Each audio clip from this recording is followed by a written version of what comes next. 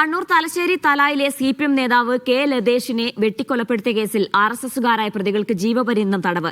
7 പ്രതികളെയാണ് ജീവപര്യന്തം തടവിന് തലശ്ശേരി അഡീഷണൽ ജില്ലാ സെഷൻസ് കോടതി ശിക്ഷിച്ചത്. 4 പ്രതികളെ കോടതി വെറുതെ വിട്ടു.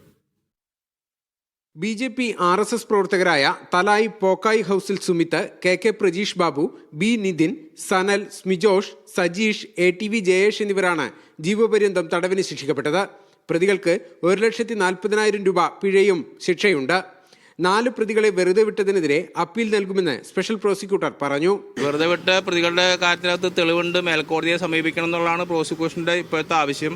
പിന്നെ ബാക്കി അതിന്റെ ഡീറ്റെയിൽസ് എന്തൊക്കെ വേണമെന്നുള്ളത് വിധി പഠിച്ചതിന് ശേഷം തീരുമാനിക്കും. പ്രോസിക്യൂഷൻ ആവശ്യപ്പെട്ട മുഴുവൻ കാര്യങ്ങളും കോടതി മനസ്സിലാക്കി അത് നടപ്പിലാക്കി എന്നുള്ളതാണ് ആ ശിക്ഷിച്ച പ്രതികളുടെ കാര്യത്തിൽ പ്രോസിക്യൂഷന്റെ തീരുമാനം. 2008 ഡിസംബർ 31 വൈകിട്ട് ചക്യത്തുമുക്ക് കടപ്പുറത്ത് വെച്ചാണ് ലതേഷിന് നേരെ ആക്രമണം നടന്നത്. കേസിൽ ബി.ജെ.പി. ആർ.എസ്.എസ്. പ്രവർത്തകരായ 12 പേരെ പ്രതി ചേർത്ത് അറസ്റ്റ് ചെയ്യുകയും ചെയ്തു. ഇതിൽ 9 മുതൽ 12 വരെ പ്രതികളെയാണ് വെറുതെ വിട്ടത്. വിചാരണയ്ക്കിടെ 8ാം പ്രതി മരണപ്പെടുകയും ചെയ്തിരുന്നു. തലശ്ശേരി CI ആയിരുന്ന കോഴിക്കോട് ക്രൈംബ്രാഞ്ച് SP യു പ്രേമന്റെ നേതൃത്വത്തിലായിരുന്നു അന്വേഷണം. മീഡിയ 1 കണ്ണൂർ.